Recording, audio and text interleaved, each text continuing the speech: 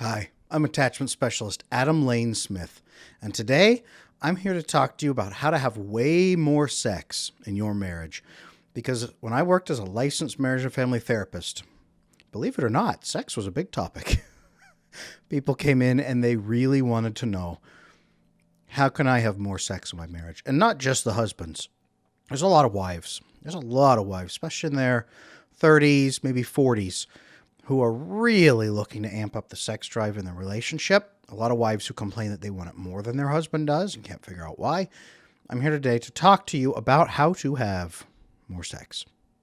So I hope you're here for that. By the end of this video, you should have a clear understanding of how a couple can communicate to build a deeper sex life together and a more frequent one. The biggest problem I see is that most men have absolutely no idea how to talk to their wife. Their wife will say something like, "Talk to me." And he answers, "What am I supposed to say?" Women develop emotional intimacy, typically through talking, but men don't know how to do this. Men typically communicate to solve problems. No problem, no communication. But for women, it's just the opposite. No problem, no communication, big problem. Women tend to be happiest when they feel useful to the people that they love. They also want to feel trusted with inside information about how you're doing, what your challenges are, again, so that they can help and be useful. Partner vulnerability indicates huge trust. Now, this is especially true in relationships with healthy attachment.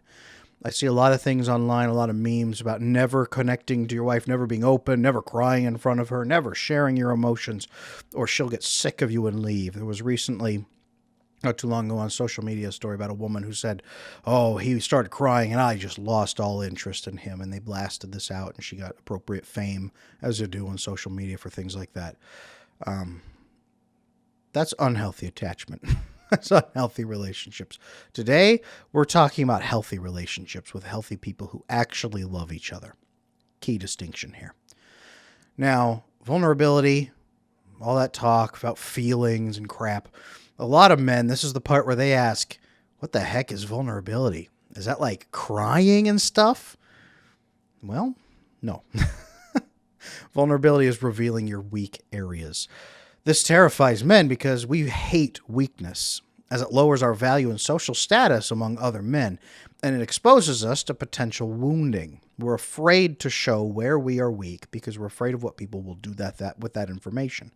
Women, on the other hand, crave to see some kind of vulnerability or weakness so that they can specifically be useful to their partner by helping him grow and shielding those weak points.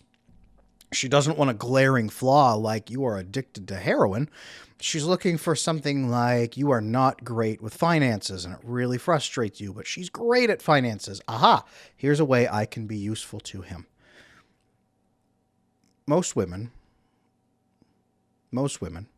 healthy ones at least, want that vulnerability. What they don't want and what they don't respect is men who fall apart sobbing about their problems without having a plan to fix it.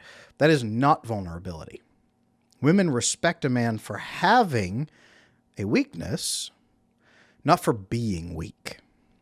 When I say that men need to learn to be vulnerable, most men picture being weak. They picture falling on the ground, sobbing uncontrollably, begging for mommy, and that somehow is the only degree of vulnerability or emotional intimacy that could possibly exist. When I say, be vulnerable, share a little bit of your weakness with her.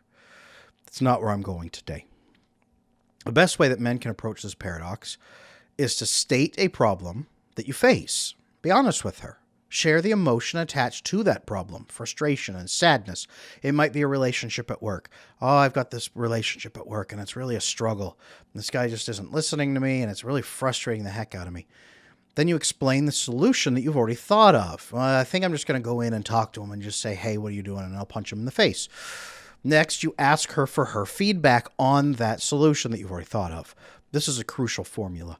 Women do not want men coming to them for all the answers and saying, "Please fix me. Please fix my life. I don't know what to do," and then break down sobbing. That's what women don't want. A man who's too afraid to think logically and find a solution is not attractive. And I've talked about this earlier in previous videos about emotional discipline is an attractive trait in men. Not perfection, but emotional discipline. But women's brains work relationally. They see the patterns and tiny connections that the hyper-focused male brain may miss. If you do research online, what you'll find is that men's brains are somewhat larger, but that moves slower. So we focus in one area at a time. Women's brains are about 2/3 the size, roughly, but much faster movement, much faster connection, able to find those missing pieces, make intuitive and insight jumps that the male brain just doesn't hit. So where we can apply a solution that sounds great and hits all these snags that we didn't think about and all these various other pieces that didn't seem connected, a woman's brain will find those, which is why a man and woman working together is a great team for actually solving problems in a way that will solve the problems and not create new ones. Sharing your weakness then with a woman, sharing your vulnerability, your frustration, your shortcoming, your challenge, however you want to phrase it other than weakness, indicates that you trust her. Sharing your feeling about that problem shows her that your thought process is working and shows her what your thought process is, so she starts to understand how you think. That helps her relate to you better. Asking for her feedback on your solution provides her, well, it gives her the option. It invites her, I should say, to be useful to you. Being useful makes her feel secure in the relationship. If you refuse to do this, refuse to share, and refuse to ask for advice, you're sending really bad messages. Really bad messages. What you're actually doing is you're saying to her, and the way she'll hear it is, I don't trust you. I don't trust your thinking. I don't need you, so I'm not going to stay with you for very long. I'm looking for a different woman that I will value more than you. That's really what you're saying to her if you're not sharing those emotions, not sharing your frustrations, not asking for feedback on solutions. This means that you're rejecting her. You don't trust her to help you or provide insight, and that she's not useful, and that means you're not attached to her, and you could leave at any moment. What this does is kill her sex drive, because women thrive on consistency and connection. Because again, our sex drives were made back during our hunter-gatherer times, not for modern-day therapy world and with social systems that feed children. Our brains were built for hunter-gatherer societies, where if you had sex with a man, you probably would get pregnant, which means you, at 9 months, couldn't waddle around finding food for yourself. You couldn't fight off raiders.